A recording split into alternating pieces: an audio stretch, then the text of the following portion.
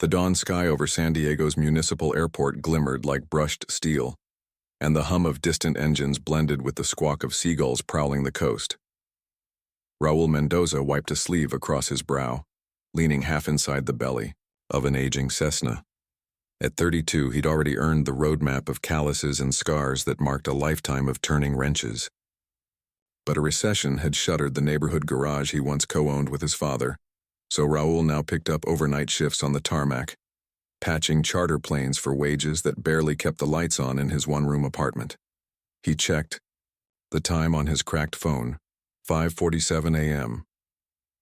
In 13 minutes, the private jet sitting 3 bays down, an ivory-white Gulfstream G700, was scheduled to depart for Tokyo.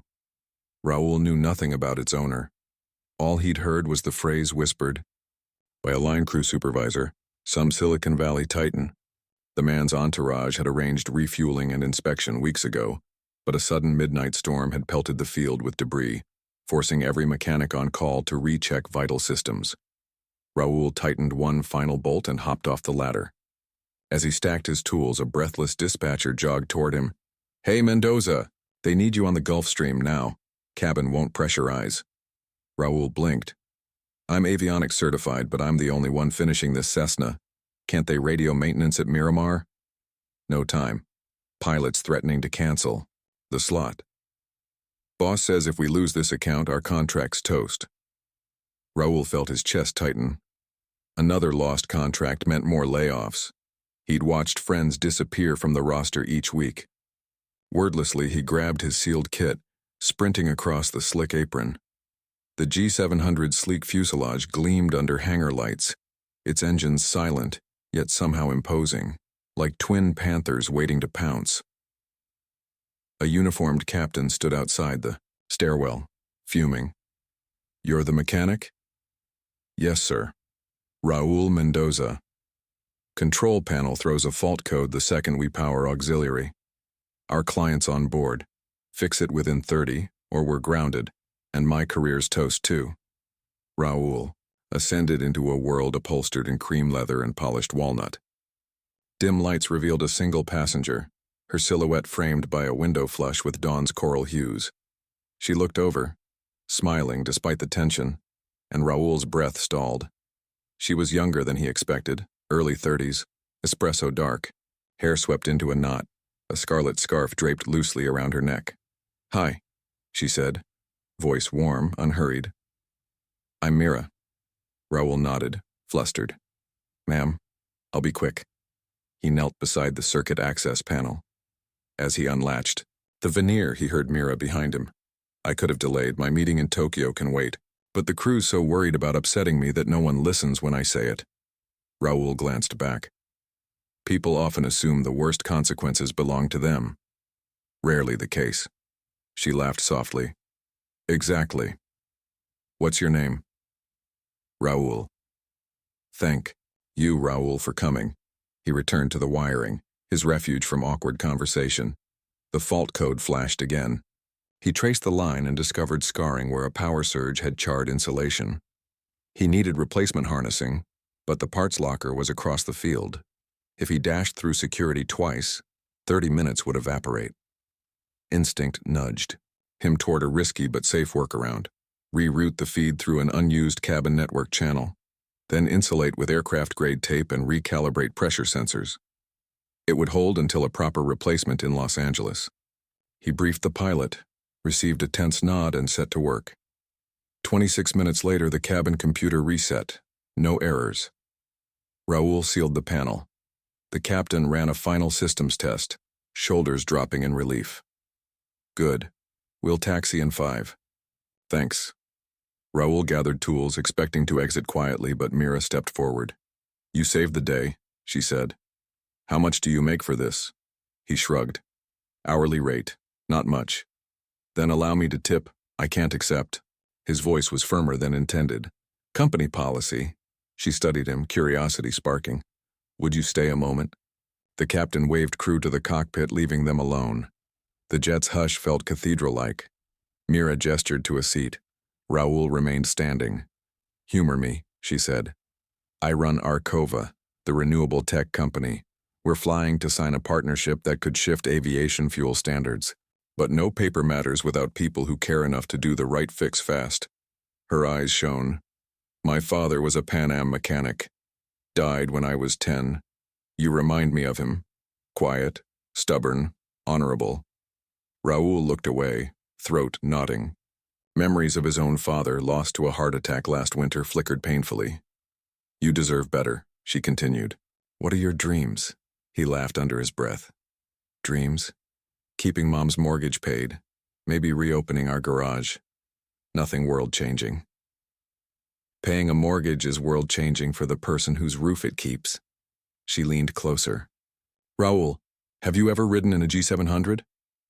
He shook his head. She pressed a button. The door sealed. Engines whirred as ground crew signaled pushback. Wait. Raoul stammered. I'm not cleared to. I'm the owner. Consider yourself my guest. You can fly to LA and hop a commuter home. The jet rolled. Raoul's pulse hammered. Yet he felt no fear, only a strange, buoyant surrender, as if destiny had slipped a hand into his. Once airborne, Mira ordered coffee and fresh croissants, insisting he share. Sunlight poured through panoramic windows, gilding the cabin. What will you do in Tokyo? Raoul asked, hoping to redirect attention. Convince an oil conglomerate to invest in algae biofuels, she said, tearing a croissant. They think I'm negotiating percentages. Really, I'm testing their conscience. Raoul smiled. Good luck. Luck favors those who prepare. Your quick wiring proved that. Hours slid by in easy conversation. Family stories, favorite foods, their mutual love of vintage motorcycles. Raoul spoke of nights spent restoring a 1965 Triumph in his mother's garage, of how every bolt carried memories of his father. Mira listened intently, eyes bright. I have a 63 Bonneville in storage. Needs a throttle rebuild. He offered advice, demonstrating with napkins and toothpicks as props. She laughed at his earnest diagrams, snapping photos. Sometime over the Pacific, turbulence nudged the jet, and Mira's coffee splashed. Raoul reflexively reached to steady her cup. Their fingers brushed, innocent, electric. Hours later, descending toward Narita, dusk painted the horizon. The captain's voice crackled. ETA 20 minutes. Mira unbuckled, stood before Raoul, and inhaled as though gathering courage. I've spent years surrounded by people who want my signature, my money, or my platform. Today, for the first time in ages, someone helped me because it was right, not profitable. Her voice trembled. That kindness is rarer than diamonds. Raoul shifted, embarrassed. I just did my job. She smiled, tears welled. Exactly. You see, the partnership I'm forging? It won't work without someone to lead on-site engineering. Someone I trust utterly. You should hire a seasoned executive. I'd rather recruit integrity. She knelt, stunning him, and produced a simple titanium band from her pocket, engraved with the Arcova dove. Raoul Mendoza, marry me. Come build a kinder world by my side. The cabin air seemed to thin again, but not from pressure. Raoul's mind flashed, his mother clipping coupons, the foreclosure notice he hid beneath bills, the garage shuttered under a dusty tarp. And this earnest woman, billionaire, visionary, now worthy not because of wealth, but because she saw him. He swallowed. We just met. She nodded. Yes, and I won't blame you for saying no, but understand. I don't measure worth in months. My father proposed to my mother atop a broken DC-3 wing the day they met, convinced kindness was proof enough. They were married 35 years. Raoul's eyes stung. He pictured his father's weathered hands, the mantra he recited when bolts seized. Treat metal with patience and people with grace. Raoul recalled how that patience had saved this jet, these lives, this moment. Mira, he whispered, I have nothing to give you but loyalty and heart. Those are the only currencies I trust. He took the ring, turned it between calloused fingers, then slid it onto his own hand, absurdly. But she laughed, understanding. He was checking, the fit. He removed it, met her gaze, and offered it back. "Put it on me," she insisted. With trembling hands, he slipped the band onto her finger. Cheers erupted from the cockpit where crew had listened on the comm. The jet tipped, banking right. Sunset burst through the windows, blazing gold as though the sky itself celebrated. When they landed, journalists swarmed the runway, alerted by the captain's gleeful leak. Headlines blew across continents before midnight. Struggling mechanic fixes jet, marries billionaire at 40,000 feet. Internet forums buzzed with debates about fairy tales, authenticity, and class divides.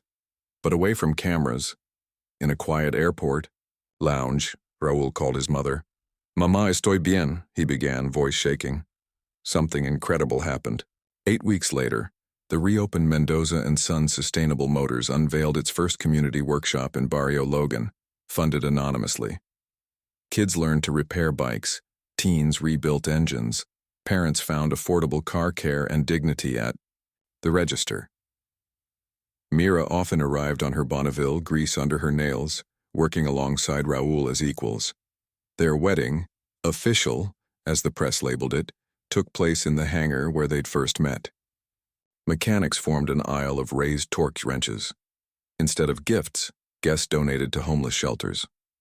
Raúl wore a suit tailored with deep pockets for spare bolts, in case something rattles. Mira wore her father's leather tool belt over a simple ivory dress. At their vows, she sang,